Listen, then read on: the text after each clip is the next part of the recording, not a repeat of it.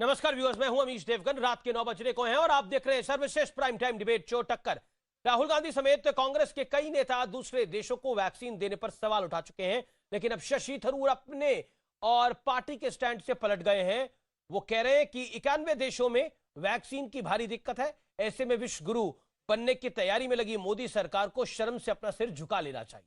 वहीं Congress central Vista project को कह रही है कि मोदी जी का महल तैयार किया जा रहा है। तो केंद्रीय मंत्री हरदीप सिंह पुरी का कहना है कि नई संसद भवन का फैसला तो 2012 में यूपीए के दौरान ही ले लिया गया था। तो आज टक्कर में हमारे साथ खुद होंगे केंद्रीय मंत्री हरदीप सिंह पुरी, जो ये बताएंगे कि आखिर कितना कंफ्यूजन फैलाया जा रहा है और इतना कंफ्यूजन क्यों है। आज सीएनबीसी आवाज की टक्कर में सीधी बात उनसे भी होगी और उसके बाद नुपुर शर्मा और साथ ही साथ सुप्रिया श्रीनेत का आमना सामना होगा। कांग्रेस से सुप्रिया श्रीनेत और बीजेपी से नुपुर शर्मा। तो आज सीएनबीसी आवाज की टक्कर में हमारे साथ होंगे हरदीप सिंह पुरी सीधी बात करने के लिए पहले, और उसके बाद नुपुर शर्मा वर्सेस सुप्रिया श्रीनेत में सीधी टक्कर।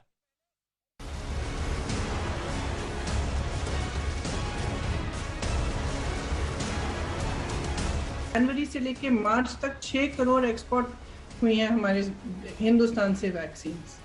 तो आपने हिंदुस्तानियों को पहले क्यों नहीं रखा? आपने उनको प्राथमिकता क्यों नहीं दी? अपने पीआर में आप पड़े रहे। किसकी छाप के लिए किया जा रहा है? ये मोदी महल किसकी विरासत को स्थापित करने के लिए बनाया जा रहा है?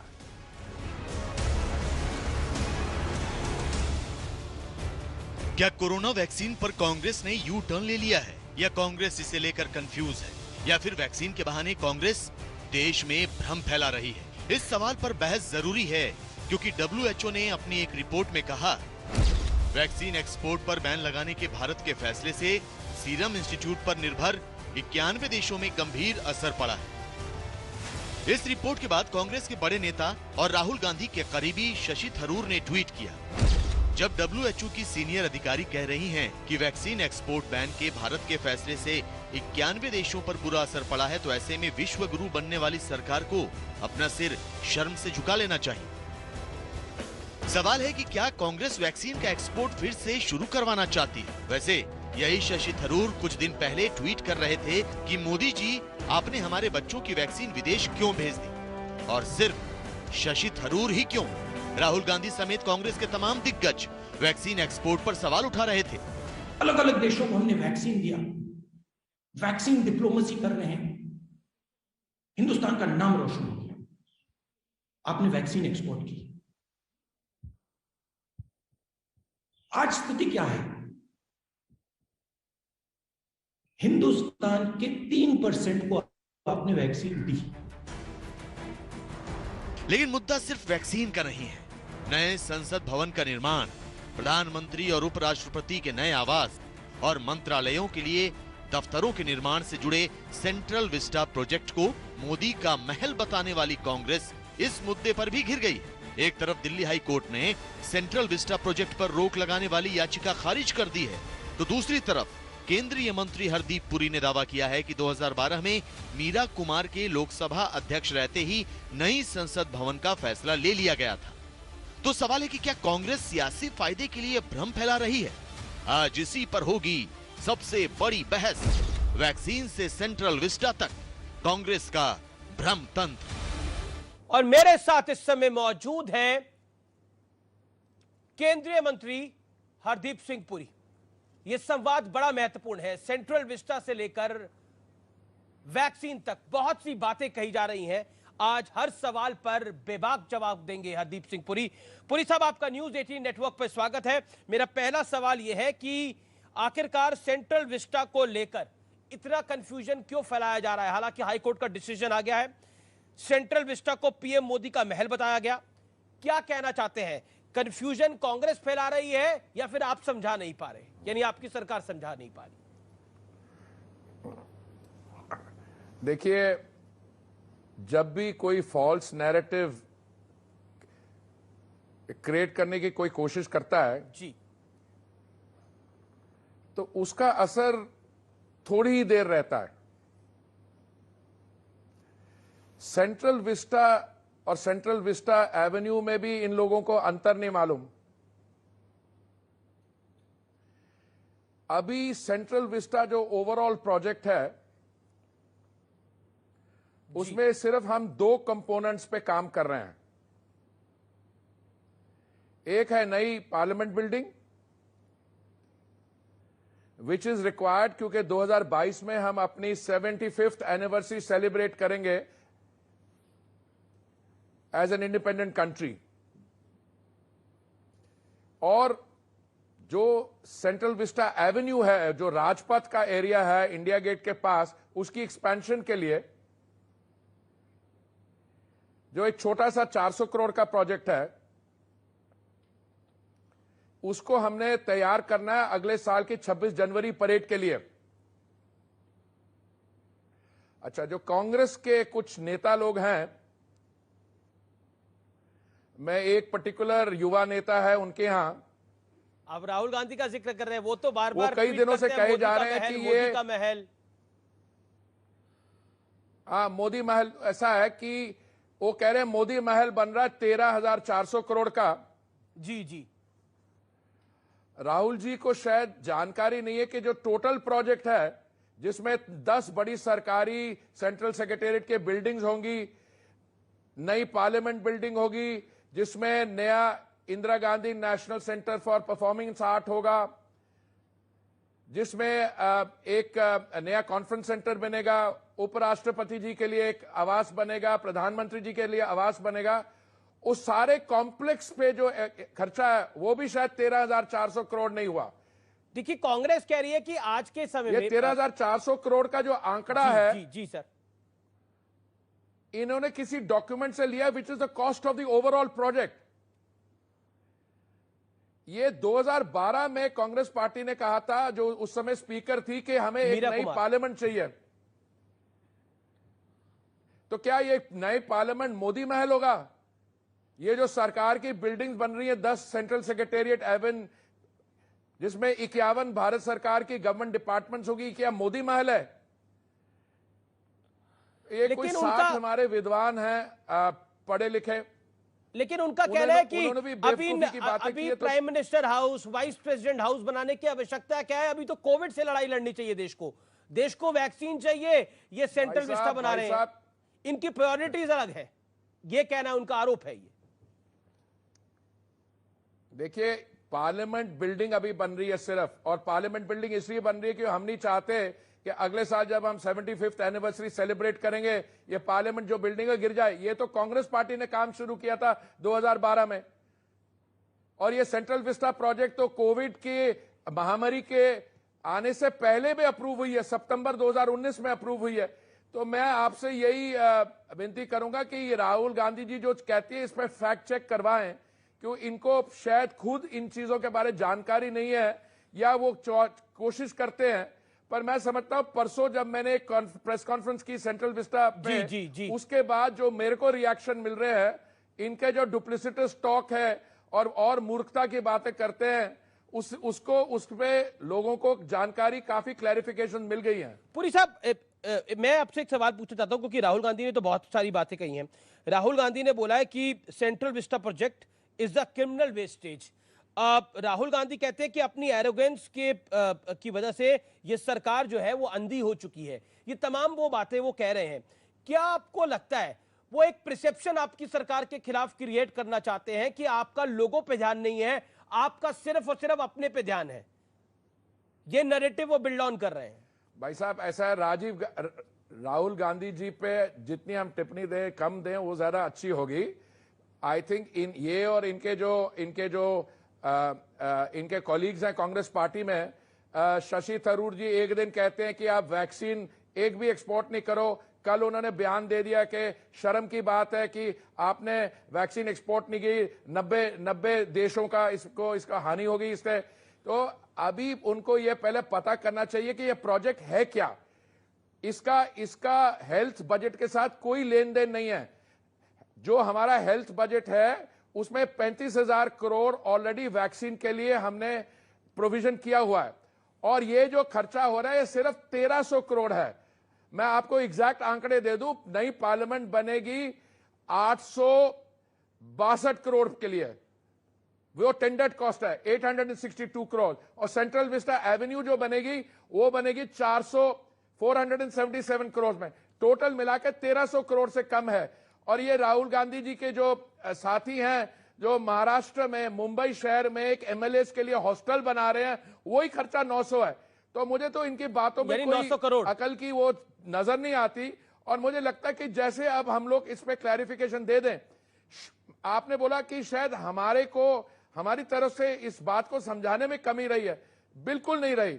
सुप्रीम कोर्ट से हमें पूरी इजाजत मिल गई थी जनवरी इस साल, और परसों हमें दिल्ली हाई कोर्ट से काम को जारी रखने के लिए भी इजाजत मिल गई है। अभी मैं आपके माध्यम द्वारा और बाकी लोगों के सामने रख रहा हूं बात, और मुझे कोई डाउट नहीं है कि ये जो फॉल्स नैरेटिव क्रिएट कर रहे हैं, ये फॉल्स नैरेटिव का इनको प्राइस पे करना पड़ेगा। हमारी जनता बहुत मैच्योर है, हमारे जो वोटर्स और हमारे जो भाई लोग हैं बहुत मैच्योर हैं। वो देख रहे हैं कि इस समय वायरस जो है वो है हमारी एनिमी, और इस समय या तो हम वायरस को सुधारने, उसमें वैक्सीन करने के लिए, यही लोग कह रहे थे कि वैक्सीन हेजिटेंसी फ्यूल कर रहे थे, यही लोग कह रहे थे कि जो हमारे जो डोमेस्टिक मैन्युफैक्चरर्स हैं भारत बायोटेक और सीरम, वो ठीक नहीं है। ये क्या चाह रहे थे? उनकी निंदा कर रहे थे। शशि थरूर कह रहे हैं, जिसका आपने जिक्र भी किया, अब तो शशि थरूर कह रहे हैं कि क्लियरेंस क्यों दी गई, जो कि पहले सवाल उठा रहे थे कि वैक्सीन क्यों एक्सपोर्ट की गई, अब वो कह रहे हैं कि 91 देशों को वैक्सीन की दिक्कत हो रही है, ऐसे में विश्व गुरु बनने वाली सरकार को अपना सिर शर्म से झुका लेना चाहिए। जबकि ये पहले वैक्सीन एक्सपोर्ट पर शशि थरूर ने ही सवाल खड़े करे थे। इस पर आप क्या कहना चाहते हैं? मैं इस पे कहना चाहता हूं, अंग्रेजी में एक कहावत है, a man is known by the company he keeps. Shashi Tharoor जो है राहुल गांधी और इन लोगों के साथ, जयराम रमेश के साथ ज्यादा टाइम समय स्पेंड करते हैं, उनको जरा जो है ना उसमें जो उनकी एक दूसरे की इंटेलिजेंस है, that is rubbing off on each other. वो पहले तय कर लें कि वो वैक्सीन जो डोमेस्टिक वैक्सीन मैन्युफैक्चरर है, are they in favour of them और नॉट। पहले कहते हैं कि डोमेस्टिक मैन्युफैक्चरिंग ठीक नहीं है, भारत बायोटेक को आपने अनुमति जल्दी दे दी, और जो सीरम इंस्टीट्यूट ठीक नहीं है। ये किसके लिए बैट कर रहे थे? फॉरेन मैन्युफैक्चरर्स के लिए। और दूसरी बात, फिर ये कह रहे थे कि आप बिल्कुल वैक्सीन एक्सपोर्ट नहीं कीजिए, और अब कह रहे हैं कि आपको क्यों नहीं किया, आपने देश को या देश की छवि खराब होगी क्योंकि आपने 90 देशों के नहीं किए। पर ये वही राहुल गांधी हैं जिनके बारे में बताऊं, कुछ दिन पहले इन्होंने सोशल मीडिया पे ट्वीट डाली, मोदी जी हमारे बच्चों की वैक्सीन कहां है? और वो चिदम्बरम साहब हैं, उनके वित्त मंत्री हुआ करते थे शायद, उन्होंने कहा कि एक ऑडिट होना चाहिए कंपनी पे। अरे भैया, 2 दिन के बाद पता लगा राहुल गांधी जी जो वैक्सीन आप अपने बच्चों के लिए ढूंढ रहे थे, वो राजस्थान के में पता लगा, वो राजस्थान के जो लोग हैं उन्होंने कूड़े में डाली हुई थी। तो ऑडिट अब राजस्थान में हो रहा है, उन पर प्रेशर आ गया, राजस्थान में हो रहा है। तो इसलिए आप राहुल गांधी जी की और शशि थरूर इन लोगों की बात सीरियसली मत लीजिए। मैं एक महत्वपूर्ण सवाल आपसे पूछता हूं। संसद भवन, जैसे आपने भी बताया, इसकी जानकारी मुझे भी है कि 2012 में मीरा कुमार जब लोकसभा अध्यक्ष थी तब इसको बनाने का प्रस्ताव आया था, लेकिन कांग्रेस के शासन ने क्यों नहीं बनवाया? उसके बाद लगातार उनकी सरकार रही, लेकिन उन्होंने इस प्रोजेक्ट को क्यों नहीं आगे बढ़ाया? बीजेपी की सरकार को आगे क्यों बढ़ाना पड़ा? इस पर आप क्या कहना चाहते हैं? मैं, आपका जो सवाल है बहुत ही महत्वपूर्ण है। मैं आपकी अगर इजाजत हो तो मैं इस सवाल को थोड़ा रीफ्रेम कर दूं। 1920 में जब ये नई पार्लियामेंट बिल्डिंग पे काम शुरू हुआ था और 1927 में ये बिल्डिंग बनाई गई थी, उस समय जो अंग्रेजों की हुकूमत थी उनके दिमाग में क्या था? उनके बाद उनके दिमाग में इंडिपेंडेंट इंडिया नहीं था। उनको पता ही नहीं था 1927 में कि भारत को आजादी मिल जाएगी। 1947 में उन्होंने ये बिल्डिंग बनाई थी अपनी इंपीरियल असेंबली के लिए।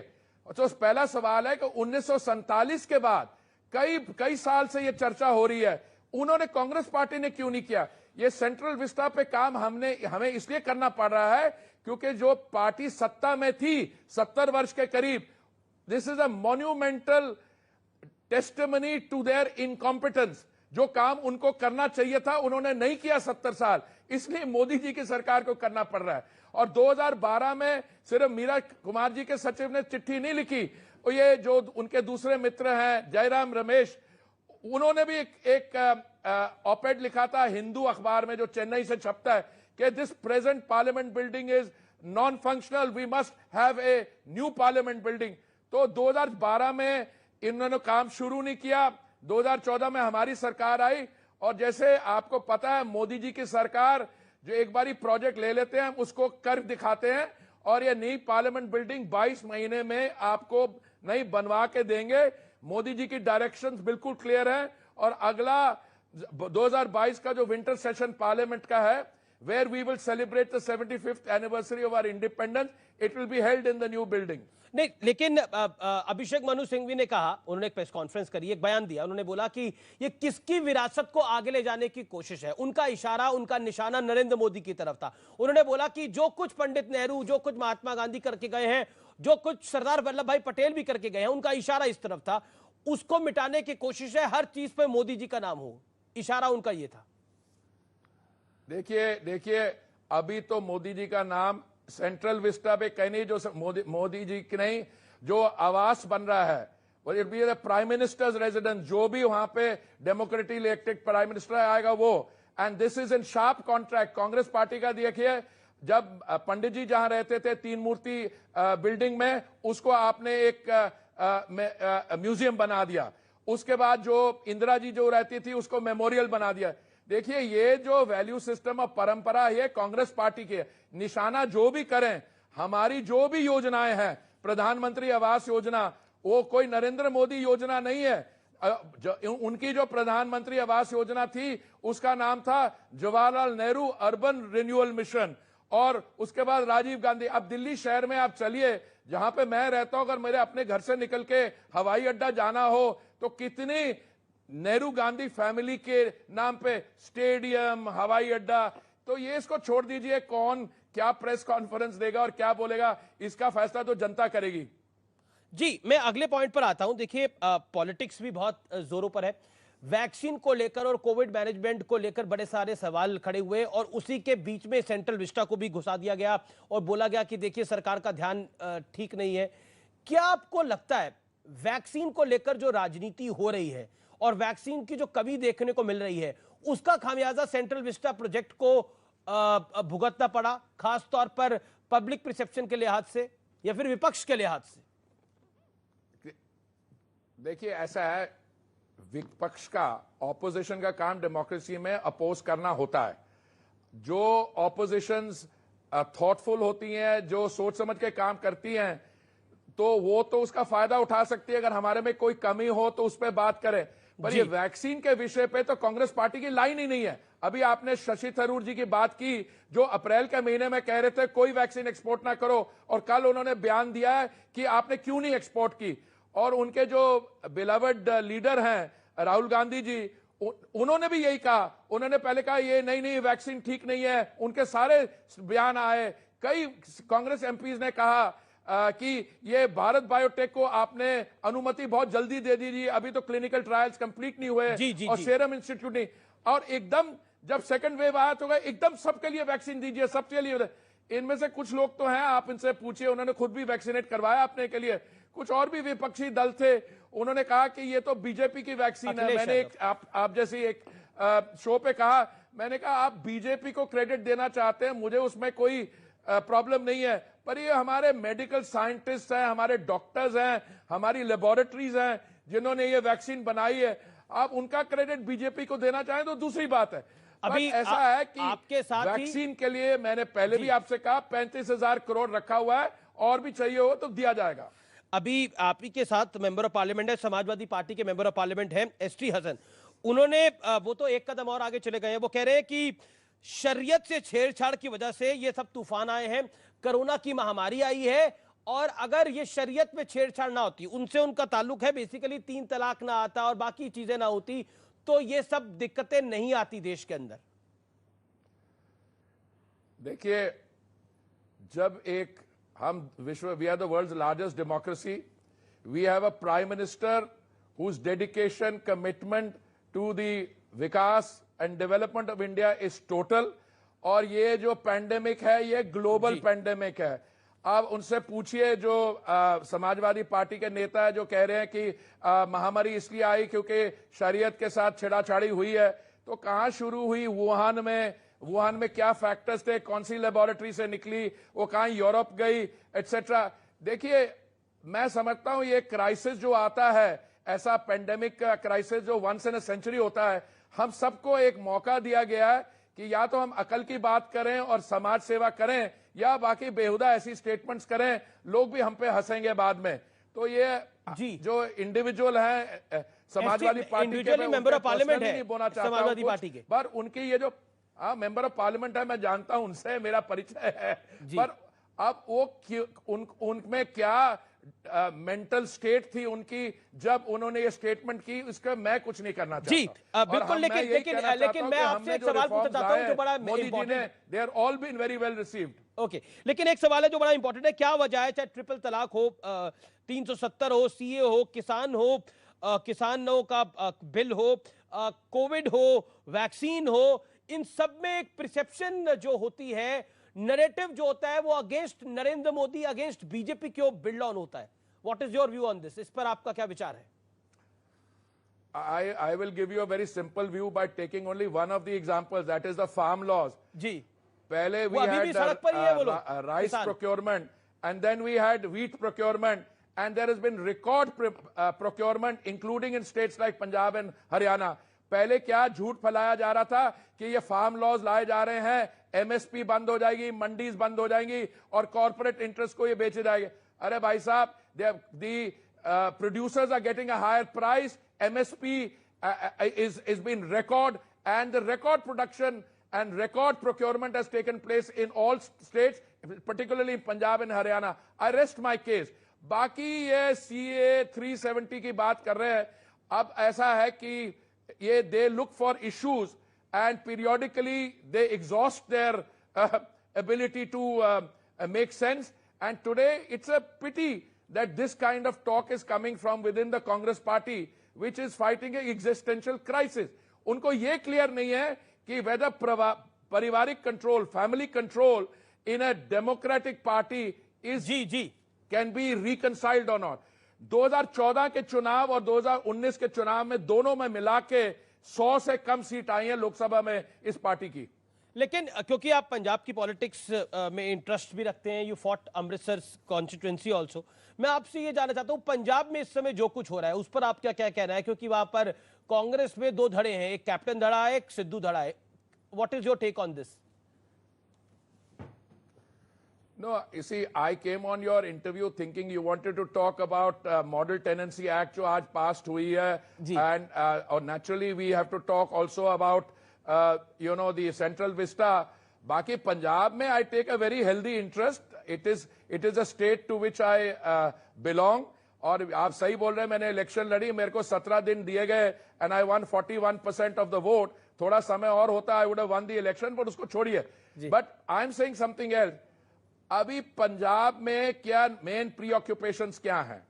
Captain versus Sidhu, captain versus Sidhu, और captain versus Sidhu now has two teams within the Congress party playing. जब इनका मैच होगा तो एक 3 मेंबर रेफरी टीम गई है दिल्ली से, तो इन लोगों से मिल रहे हैं। अब ये कौन से रूल्स के साथ ये गेम खेली जाएगी? क्रिकेट की गेम होगी with 11 side players on each side.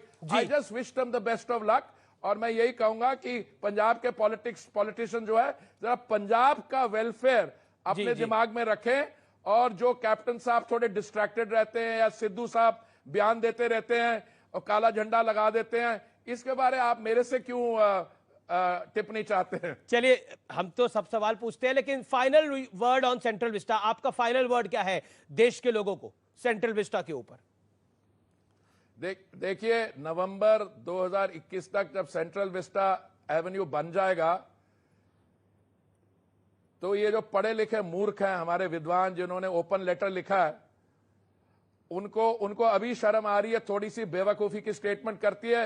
If statements are to be believed, अरे भाई, why are you signing a letter if you don't believe in something? There was a superstitious belief that you know the present parliament is unlucky. जब present parliament बन जाएगा तो शशि थरूर जी, राहुल गांधी जी, इनको सबको मैं वहां पे नई बिल्डिंग में चाय पे बुलाऊंगा और इनसे हम लोग चर्चा करेंगे और इनसे पूछेंगे आपको नई बिल्डिंग कैसी लगती है, आपको पुरानी बिल्डिंग के साथ क्यों क्या तो प्यार कितने था, एमपीज जो और नई ये बिल्डिंग पार्लियामेंट होगी जो है देश के लिए होगी, उसमें कितने एमपीज के बैठने की जगह होगी? लगभग ऐसी खबरें आ रही है कि करीब करीब 800 से ज्यादा सांसद वहां बैठ ऐसे सकेंगे। इस समय हमारे पास 540 से अधिक एमपीज हैं, पर जब डिलिमिटेशन की फ्रीज खत्म होगी 2026 में, then the size of parliament will go up to 750. So the Lok Sabha and Rajya Sabha will have enough flexibility. Okay, We can okay. have joint sessions of parliament and it will be one of the finest legislative buildings in the world. Thank you so much Hardeep Singh Puri, आज news 18 से बात करने के लिए, संवाद करने के लिए, हर सवाल पर जवाब देने के लिए। Thank you so much, pleasure having you. तो ये थे हरदीप सिंह पुरी जिन्होंने स्पष्ट रूप से बात करी। मेरे साथ नुपुर शर्मा बीजेपी की प्रवक्ता और सुप्रिया श्रीनेत कांग्रेस की नेता प्रवक्ता जुड़ गई हैं। सुप्रिया श्रीनेत, हरदीप सिंह पुरी ने कहा कि कंफ्यूजन फैलाना चाहती है कांग्रेस अपनी लीडरशिप में ही उनकी कंफ्यूजन है, तो नीचे का हाल क्या होगा? What is your take? इसलिए सेंट्रल विस्टा से लेके वैक्सीन पर आप कंफ्यूजन फैला रहे हैं। सुप्रिया, मैंने कुछ पार्ट उनका इंटरव्यू में सुना था और मुझे लगता है हम वैक्सीनेशन पर बात कर रहे थे, मैं बिल्कुल उसका जवाब देती, लेकिन मैं ये जरूर कहना चाहती हूं कि जिस देश में हर घर में कोई मौत हुई है, किसी के जानने वाले की, किसी के सहकर्मी की, किसी के परिवारजन की, किसी के मित्र की, पास पड़ोसी की, वहां पर बड़ा अनैतिक आपको नहीं लगता कि हम सेलिब्रेशन की बात कर रहे हैं? तो क्या हम किसी सेलिब्रेशन की बात यहां पर कर सकते हैं? कितना इमोरल है? उस देश में जहां पर वैक्सीन 4.5% लोगों को कंप्लीट लगा है, वहां पर हम सेलिब्रेशन की बात कर भी कैसे सकते हैं? ये आपको दिमागी दिवालियापन दिखाता है। और अगर मैं उनके साथ शो पर होती तो शायद मैं उनके चेहरे पर भी कह देती, उनके पीठ पीछे बोलना मुझे ठीक नहीं लगता है, लेकिन जिन शब्दों का उन्होंने चयन किया, चाहे उन लोगों को 60 बेवकूफ कहा या जो चीजों का किया, ये दिमागी दिवालियापन दिखाता है। दम्भ और अहंकार उतना होना चाहिए कि इमोरालिटी, जो एक नैतिकता की मानक होता है किसी भी सरकार के लिए, उसको क्रॉस ना किया जाए। सेंट्रल विस्टा या का बनना या ना बनना, किसने शुरू किया, कब शुरू हुआ, ये मेरे लिए प्राथमिकता नहीं है। प्राथमिकता मेरे लिए यह है कि आज चुनी हुई सरकार के लिए प्राथमिकता क्या है? आज चुनी हुई सरकार के लिए प्राथमिकता लोगों की जान बचाना है या सेंट्रल विस्टा या सेंट्रल एवेन्यू बनाना है, यह पूछने की बात है। आज चुनी हुई सरकार को आप क्या चाहती है कि जितना जो भी देश में काम हो रहा है वो कोविड के कारण रुक जाए, क्योंकि अर्थव्यवस्था भी इससे रुक जाएगी? आप देख ही रहे हैं जीडीपी नंबर्स, लॉकडाउन लगा जो स्टेट्स में, उसके बाद क्या है? तो आपको भी पता है कि प्रोजेक्ट्स तो नहीं रुक सकते। नहीं, जीडीपी नंबर्स तो मोदी जी की देन है, और सिर्फ जीडीपी नंबर्स को मत देखिए, कंजम्पशन देखिए। फाइनल कंजम्पशन 10% कॉन्ट्रैक्ट हुआ है। देखिए कि कैसे पर कैपिटा इनकम पहली बार कॉन्ट्रैक्ट हुई है, 1 लाख से नीचे आ गई। बांग्लादेश में 9%, छोटा सा देश है, 9% ग्रो करी है। तो जीडीपी नंबर्स के बारे में विस्तृत रूप से बात होनी चाहिए, इकोनॉमिक एक्टिविटी के बारे में होनी चाहिए। लेकिन सरकार क्या कर रही है? सरकार ब्लेम गेम करेगी। सरकार बोलेगी हमें जहां पैसा खर्चा करना है हम करेंगे। आपको पैसा वैक्सीन पर खर्चा करना है। 35,000 करोड़ रुपए का आपने फंड बनाया है, जिसमें आरटीआई के माध्यम से पता चला है कि सिर्फ 4500 करोड़ रुपए खर्च हुए हैं, और ये कहते हैं वो फंड है। वो फंड किस दिन के लिए रखा गया, जरा ये बताया जाए। आज सुप्रीम कोर्ट ने आपसे बोल दिया है कि आपका 18 to 44 की पॉलिसी आर्बिट्ररी एंड इर्रेशनल है। ये 2 शब्द सुप्रीम कोर्ट के यूज किए हुए, मेरे यूज किए नहीं है। उन्होंने आपसे पूरा का पूरा ब्यौरा मांगा है कि कहां पर कितना ऑर्डर प्लेस हुआ, कितने वैक्सीन आपके पास आएंगे, और आपकी नीतियों के चलते किस तरह से एक डिजिटल डिवाइड क्रिएट हो रहा है। देखिए भ्रम की बात यह है कि कांग्रेस पार्टी कह रही थी कि नरेंद्र मोदी का महल बन रहा है, जबकि वहां पे वाइस प्रेसिडेंट का घर भी बन रहा है, वहां पे बाकी सरकारी बिल्डिंग्स का भी निर्माण हो रहा है। तो आपको लगता नहीं है कि आप कहीं ना कहीं ये गलत बयानी करते हैं, ये बात कह के कि वहां पे सिर्फ नरेंद्र मोदी का घर बन रहा है? क्योंकि आपको ही पता है सेंट्रल विस्टा प्रोजेक्ट क्या है, सेंट्रल विस्टा एवेन्यू प्रोजेक्ट क्या है, ये तो पढ़ा होगा आपने। हंसी की बात तो ये है अमीश जी कि मैंने इतनी बातें वैक्सीनेशन पर बोली, लेकिन आपको उसमें सवाल नहीं दिखा। चलिए कोई बात नहीं, मैं सेंट्रल विस्टा पर ही जवाब दे देती हूँ, और उसका जवाब 2 टूक है। हर कोई चाहता है ग्रीन बिल्डिंग्स बने, हर कोई चाहता है नया प्रोजेक्ट बने, हर कोई चाहता है डेवलपमेंट हो, लेकिन उसका एक वक्त होता है। मेरे घर का हर व्यक्ति बीमार पड़ा है और मैं घर का निर्माण शुरू कर दूंगी, चाहे कितने दिनों से वो प्लानिंग हुई हो, मैं उसको रोकूंगी, उसकी मैं प्राथमिकता डिसाइड करूंगी। प्राथमिकता मेरे लिए है आज अपने घर वालों की सुरक्षा, अपने घर वालों को वैक्सीन पहुंचाना। ऑक्सीजन के बिना लोग मर रहे हैं मेरे घर के, और मैं कहूंगी मैं नया घर बनाऊंगी क्योंकि मेरे पिताजी ने स्टार्ट किया था? बिल्कुल नहीं। प्राथमिकता डिसाइड करूंगी, सरकार की प्राथमिकता दिख रही है। नुपुर शर्मा, सरकार की प्राथमिकता दूसरी है। नुपुर शर्मा, और ये दम्भ और अहंकार है आपका। देखिए नमस्कार रमीश जी, आपको को पैनलिस्ट को और सभी दर्शकों को। मैं आशा रखती हूँ ये मेरे बीच में नहीं बोलेंगी। इन्होंने तमाम जो बात कही एक एक करके मैं इनको टेक ऑन करूंगी। सबसे पहले इन्होंने कहा हर घर में मौत हुई है। इससे मुझे ध्यान आता है इनके वरिष्ठ नेता हैं जीतू पटवारी किस तरीके से एक पत्रकार के पीछे लग गए थे बराबर से। क्यों नहीं मरा तुम्हारे यहाँ कोई, तुम जानते नहीं किसी को तुम्हारे यहाँ मरा, और गाली गलौज क्यों उधर आए थे। कांग्रेस पार्टी अपने टूल किट के हिसाब से चाहती है कि एक डूम्स डे का नैरेटिव क्रिएट हो जाए, एक तरीके से त्राही मचे। हाँ, अपने गरेबान में नहीं देखेगी, अपने गरेबान में इनको लगेगा जी हम संतुष्ट हैं कि एक चिता के ऊपर 8 शव जल रहे हैं, हम संतुष्ट हैं कि जो कोरोना वायरस से मृतक है उनको कैसे कूड़ेदान के थैले में बांध के भेजा जा रहा है, हम संतुष्ट हैं कि 22 डेड बॉडीज एक एम्बुलेंस में ठूस के भेजी जा रही है, हम संतुष्ट है। सोनिया जी बहुत संतुष्ट है। ये जो डूम्स डे नैरेटिव है ना, और मुझे याद है वो वीडियो सबने देखा है किस तरीके से पीछे पड़ गए पत्रकार के, भाई जीतू पटवारी जी इसका शायद बयान देंगी, ये स्पष्टता करेंगी। दूसरी बात देखिए, अगर आप हमारे आंकड़े नहीं मानते, कम से कम आर वर्ल्ड इन डेटा के आंकड़े तो मानेंगी। आर वर्ल्ड इन डेटा ने 31 मई के लिए एक पूरा का पूरा ग्राफ जारी किया है। उसमें यह स्पष्ट हो गया है कि मई 2021 के टाइम पे सबसे ज्यादा दैनिक टीकाकरण भारतवर्ष के अंदर हुआ है।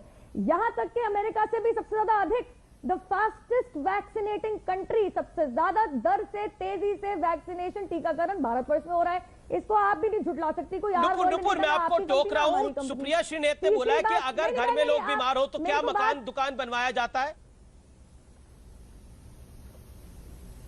मैं इतना कहूंगी, इनका ये केस है क्या जो 1300 करोड़ का जो आवंटन हुआ है पार्लियामेंट्री बिल्डिंग बनने में और सेंट्रल विस्टा एवेन्यू बनने में, वो क्या हेल्थ बजट से लिया है या वैक्सीनेशन बजट से लिया है या किसी और अलॉटमेंट से खींच के पार्लियामेंट की बिल्डिंग बन गई। इनका दर्द समझिए आप अमीर जी, दर्द केवल ये है कि जब वो नई पार्लियामेंट, जब नया संसद भवन बन जाएगा तो उसका फीता काटने के लिए गांधी परिवार से कोई नहीं होगा।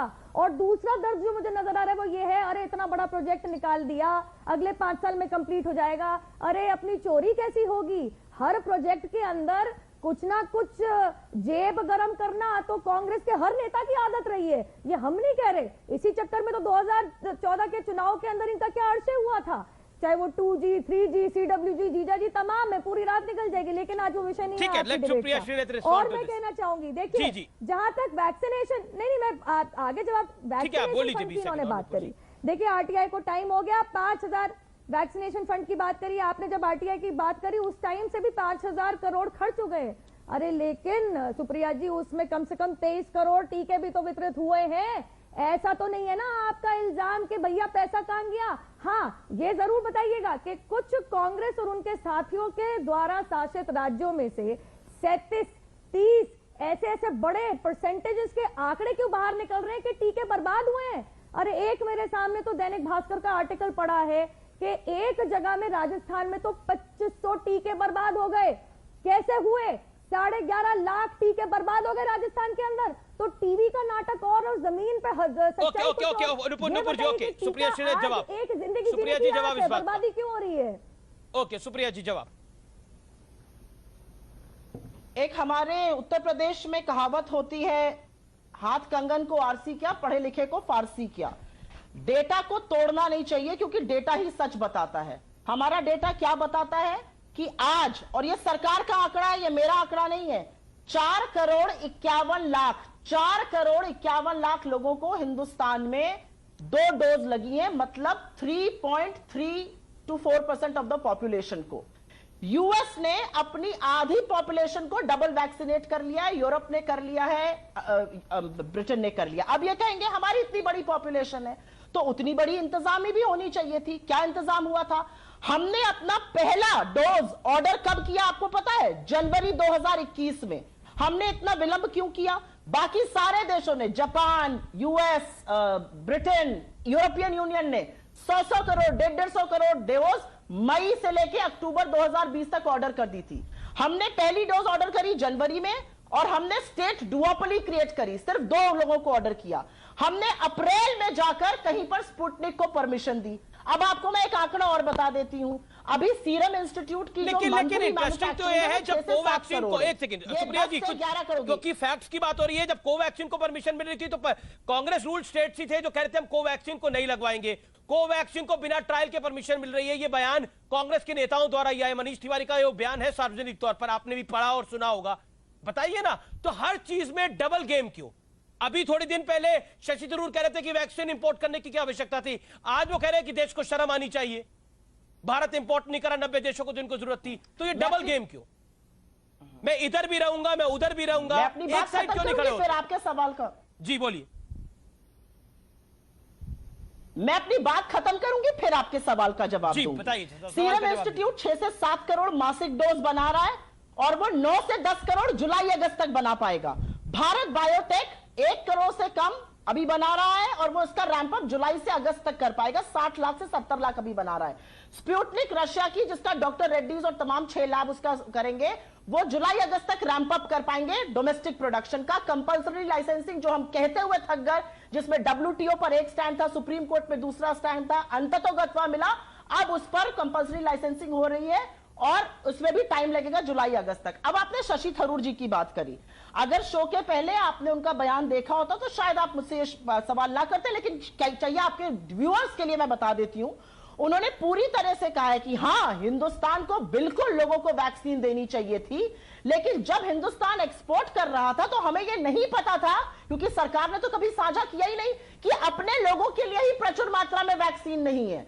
और एक बात आपको और बता दूं, उन्होंने बिल्कुल स्पष्टीकरण दिया है कि जब हमारे लोगों के लिए प्रचुर मात्रा नहीं थी तो एक्सपोर्ट करने का क्या मतलब था, विश्वगुरु बनने की क्या होड़ लगी थी। और जो आपने बात कही भ्रम फैलाने की, मैं आपसे छोटी सी बात एक तुकबंदी में कहती हूं, सिर्फ पूछना चाहती हूं आपसे मैं अमीश जी, क्या सरकार की प्लानिंग हमारे वक्तव्यों पर थी कि कांग्रेस क्या कहेगी उस हिसाब से बिल्कुल नहीं, आपका वो पॉइंट लाजमी है, लेकिन अब आप मुझे बताइए ना, कोवैक्सीन आप कह रहे हैं कि सरकार की तैयारी नहीं थी। मैं आपसे पूछ रहा हूं, जहां आपकी सरकारें, आपकी तैयारी क्या थी?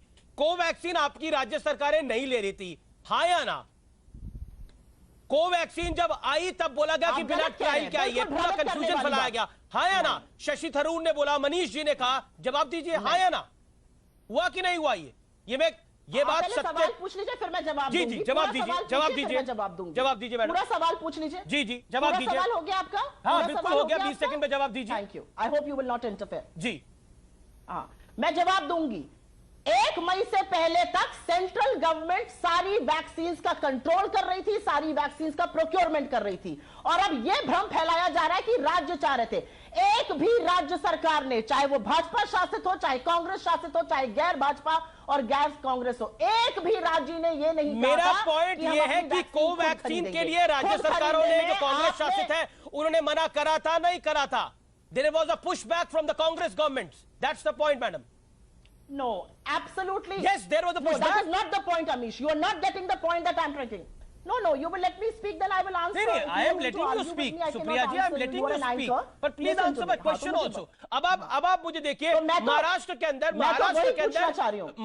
अंदर MLA हॉस्टल बन रहा है 900 करोड़ रुपए का, वो बनना चाहिए, लेकिन सेंट्रल विस्टा प्रोजेक्ट नहीं बनना चाहिए। तो डबल चीज हुई नहीं हुई? That is the point. Covaxin को हम तब तो अपने स्टेट में नहीं आने देंगे, लेकिन फिर बोलेंगे कि हाँ वैक्सीन आनी चाहिए थी, वैक्सीनेशन क्यों नहीं हुआ? तो पॉइंट ये है।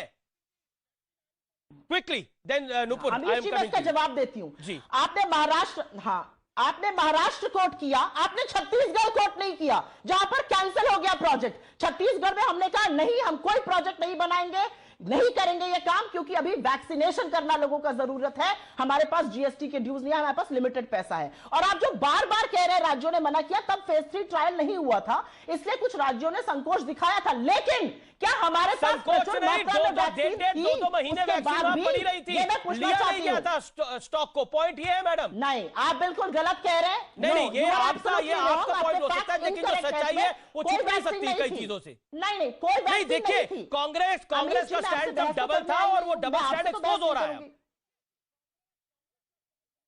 नहीं, अब आपकी ये आपकी मिथक बात का मैं थोड़ी जवाब दूंगी। मिथक बात नहीं है, सच्चाई है, जिसको आपने खुद माना है अभी। आपने नहीं, मैं बिल्कुल नहीं मान रही हूं, मैं कहां मान रही हूं? मैं तो कह रही हूं छत्तीसगढ़ ने प्रोजेक्ट कैंसिल किया, आपने छत्तीसगढ़ का नाम नहीं लिया विस्ता के साथ। अच्छा ठीक है, आज की बात करिए। आज के दिन कांग्रेस का स्टैंड क्या है? वैक्सीन एक्सपोर्ट होनी चाहिए, जो शशि थरूर कह रहे हैं, या एक्सपोर्ट नहीं होनी चाहिए, जो राहुल गांधी कह रहे हैं? शशि थरूर कह रहे हैं एक्सपोर्ट होनी चाहिए। आज के दिन कांग्रेस का स्टैंड क्या है? अमीश जी, मुझे ऐसा लगता है कि आप मेरे आंसर्स नहीं सुन रहे हैं। अगर सुन रहे होते तो मैंने शशि नहीं, मैं बिल्कुल सुन रहा हूं मैडम, स्पष्टीकरण दिया है। एक बार फिर से, तो आप सुन रहे होते तो ना पूछते, एक बार फिर से दे देती हूँ। शशि थरूर जी ने यह कहा है कि जब हम एक्सपोर्ट कर रहे थे तब हमारे साथ यह नहीं साझा हुआ था कि डोमेस्टिक सप्लाईज प्रचुर मात्रा में नहीं है, और तब हम एक्सपोर्ट कर रहे थे। जब यह पता चला कि डोमेस्टिक सप्लाईज है ही नहीं, यहां पर प्रचुर मात्रा में वैक्सीन है ही नहीं, और हम एक्सपोर्ट किए जा रहे हैं और हमने कमिटमेंट्स किए हुए हैं, तो ऑब्वियसली ये दिक्कत तलब बात है। मैं एक बात आपको और बता दूं, उनका कल का जो ट्वीट है उसका मतलब क्या है? मैं तो कल के ट्वीट की बात कर रहा हूं, मैं तो 4 दिन 5 दिन 15 दिन पहले की बात नहीं कर रहा, जो उनका कल का ट्वीट है उसकी बात कर रहा हूं मैं। अमीश जी, क्योंकि आपको अच्छा लग रहा है बहस करना, मैं और बहस करूंगी। शशि थरूर जी का 2 घंटे का पहले का ट्वीट भी तो देख लेते, मुझसे सवाल पूछने से पहले मैंने वही स्पष्टीकरण तो दिया। मैं आपको एक बात और बता दूं, जितनी वैक्सीन एक्सपोर्ट हुई है अमीश जी, जितनी भी वैक्सीन एक्सपोर्ट करी है, उसमें से सिर्फ 16%, उसमें से सिर्फ 16% आ सकती हूँ। ठीक है, ठीक है नुपुर, देखिए सुप्रिया श्रीनेत का एक पॉइंट तो वैलिड है कि कांग्रेस की वजह से तो आपकी प्लानिंग लेक्चर नहीं हुई है, इसका जवाब दे दीजिए। और उन्होंने छत्तीसगढ़ का प्रोजेक्ट तो कैंसिल भी कर दिया है, तो आप भी कर दीजिए। चलिए थोड़ी क्रोनोलॉजी समझते हैं। 15 अगस्त 2020 को रेड फोर्ट की पटल से जब आदरणीय प्रधानमंत्री श्री नरेंद्र मोदी जी ने यह कहा था कि हमारे पास अपना हथियार हो सकता है, हमारा अपना टीका, हमारी अपनी दवाई, तो किस तरीके से मजाक उड़ाया जा रहा था। अरे 2 महीने के अंदर कौन सा टीका बना लिया। जब इमरजेंसी यूज ऑथराइजेशन दिया जब कोविशील्ड को, तो इनके साथ ही ऑक्सफोर्ड यूनिवर्सिटी में बना हुआ टीका है, इनके साथ ही क्या कहते हैं, अरे बीजेपी की वैक्सीन है। दूसरे एक महान कलाकार आके कहते हैं नपुंसक बना देगी। जब कोवैक्सीन को इमरजेंसी यूज ऑथराइजेशन दिया तो इनके ही शशि थरूर ने ट्वीट करके कहा जल्दबाजी में आपने ऑथराइजेशन दिया है जो लोगों के लिए खतरनाक साबित हो सकती है। अगर आप लोगों को भ्रमित नहीं कर रहे थे तो क्या कर रहे थे? नहीं तो बता दीजिए कि पंजाब, छत्तीसगढ़, केरला क्यों नहीं कोवैक्सीन लगा रहे थे, और आज भी इतनी हेजिटेंसी क्यों है कि कोई नदी में कूद रहा है, कोई भाग रहा है, और टीके बर्बाद भी किए जा रहे हैं, डस्टबिन में बकायदा फेंके जा रहे हैं। अब दूसरी बात मैं आती हूँ, देखिए बिना किसी ब्रिज ट्रायल के विश्व के अंदर कोई भी देश फॉरेन टीका अपने देश में नहीं लगाता। ये बहुत ही वैज्ञानिक बात है, समझना जरूरी है। और तीसरी बात मैं आपको बता दूं, जुलाई 2021 तक तो अभी कौन सा ब्रिज ट्रायल हुआ था मैडम? केंद्र सरकार ने ऑर्डर तो मार्च, सुन लीजिए, सवाल का जवाब दीजिए नुपुर। सरकार ने जुलाई 2021 में, मैं सिर्फ कोविशील्ड की बात कर रही हूं, अभी आने शुरू नहीं हुई है बाकी टीके। मैं इतना बता दूं आपको कि मार्च 2021 में 23.5 करोड़ का ऑर्डर केंद्र सरकार ने जुलाई 2021 तक का दे दिया था। जो आप कह रही ना प्री ऑर्डर नहीं हो रहा था, थोड़ी बहुत पढ़ाई लिखाई बहुत गोज वेरी फार। अब आप कह रही है, देखिए यही बात हो गई, आपने बात करी प्राथमिकता की, आपने विधानसभा का प्रोजेक्ट तो कैंसिल कर दिया, लेकिन महाराष्ट्र के अंदर जो वैनिटी प्रोजेक्ट है आपके चंद विधायकों के घर खूबसूरत बनाने के लिए 900 करोड़ रुपए का, अभी हरदीप जी ने क्या बताया, उसके अगेंस्ट हमारे देश की सांसद सिर्फ 862 करोड़ की होगी। चंद विधायकों के घर का सुंदरकरण करने के लिए आप 900 करोड़ खर्च कर देंगे। आपकी प्राथमिकता दर्शाता है कि आपके विधायक अमीर रहे, खुश रहे। देश का जो देश का संसद बनेगा उसमें आपको इतनी तकलीफ होती है कि आप उसको वैनिटी प्रोजेक्ट कहते हैं। इससे तो आपकी प्राथमिकता दर्शाती है। सुप्रिया जवाब। कंपल्सरी लाइसेंसिंग, नहीं सुन लीजिए, 40 second rebuttal, 40 second rebuttal, Nupur ji 40 second rebuttal, then you come in. मैं 5 सेकंड बोलूंगी। अच्छा ठीक है, 10 सेकंड ले लीजिए, कोई बात। कंपल्सरी लाइसेंसिंग हो, ओपन एंडेड हो, कोविशील्ड का पैटेंट यूके के पास है। हम अक्टूबर 2020 से लड़ रहे हैं, लेकिन एक चीज आपको जान के हैरानी होगी अमीश जी, वही भारत बायोटेक जब पुणे की फैसिलिटी में अपनी कैपेसिटी बढ़ाना चाह रहा था तो इनकी महाराष्ट्र सरकार ने रोक लगा दी। अरे आपदा और महामारी के बीच में 6 हफ्ते भारत बायोटेक मुंबई उच्च न्यायालय के दरवाजे खटखटा रहा था कि परमिशन दो, हम पुणे की फैसिलिटी यूज करेंगे। आपका क्या योगदान है सिवाय रोक लगाने के? सुप्रिया श्रीनेत जवाब थे हम लोगों के टीकाकरण के लिए। आप स्पीड ब्रेकर का काम कर रहे थे जब वैक्सीन कैपेसिटी बढ़ाने की बात हो रही थी। Quickly respond to Nupur Sharma. 40 second, then Nupur Sharma you come in. 2 crore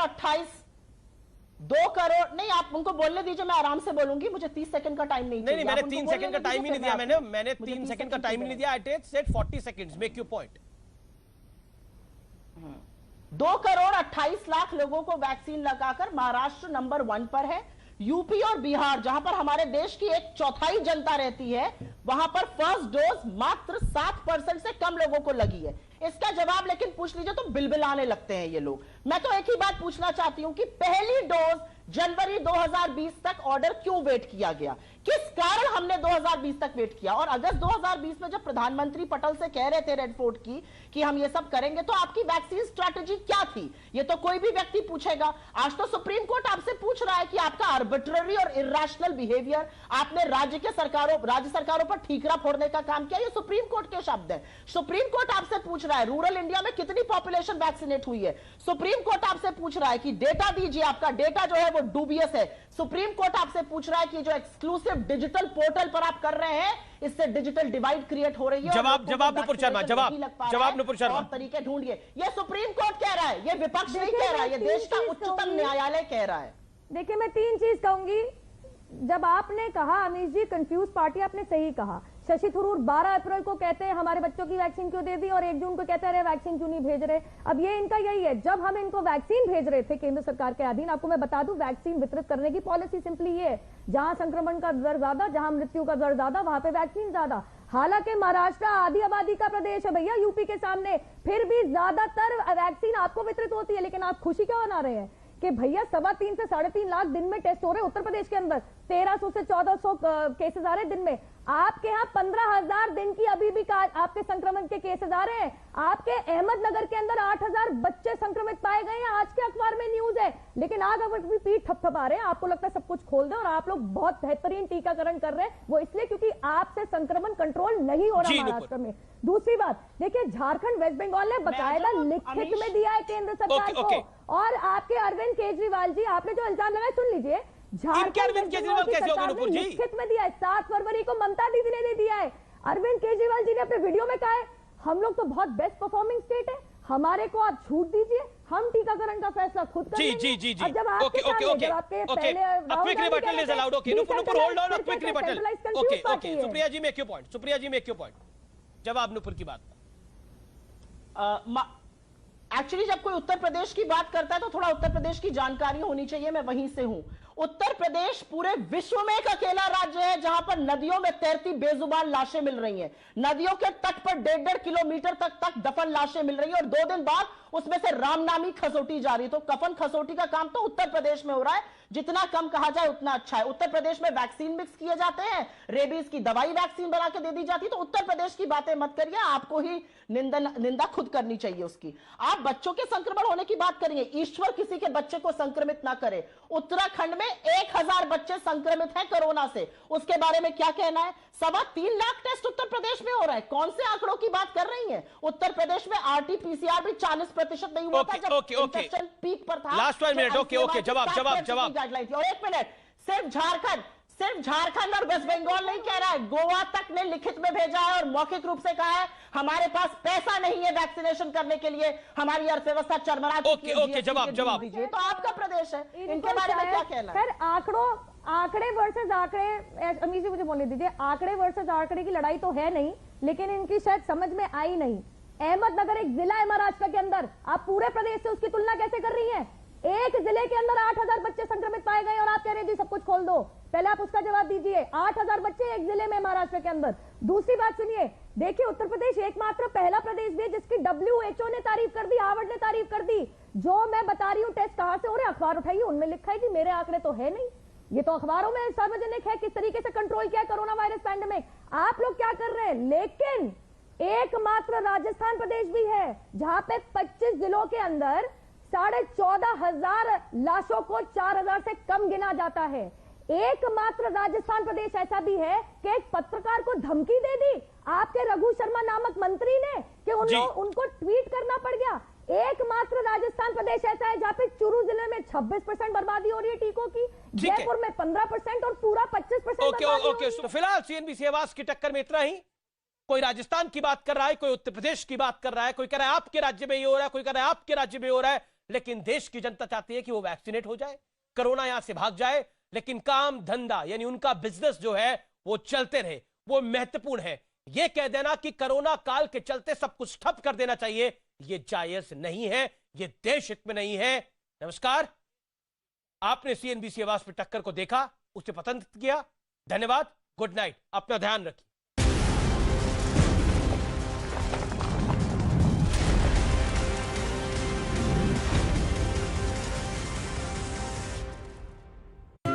family की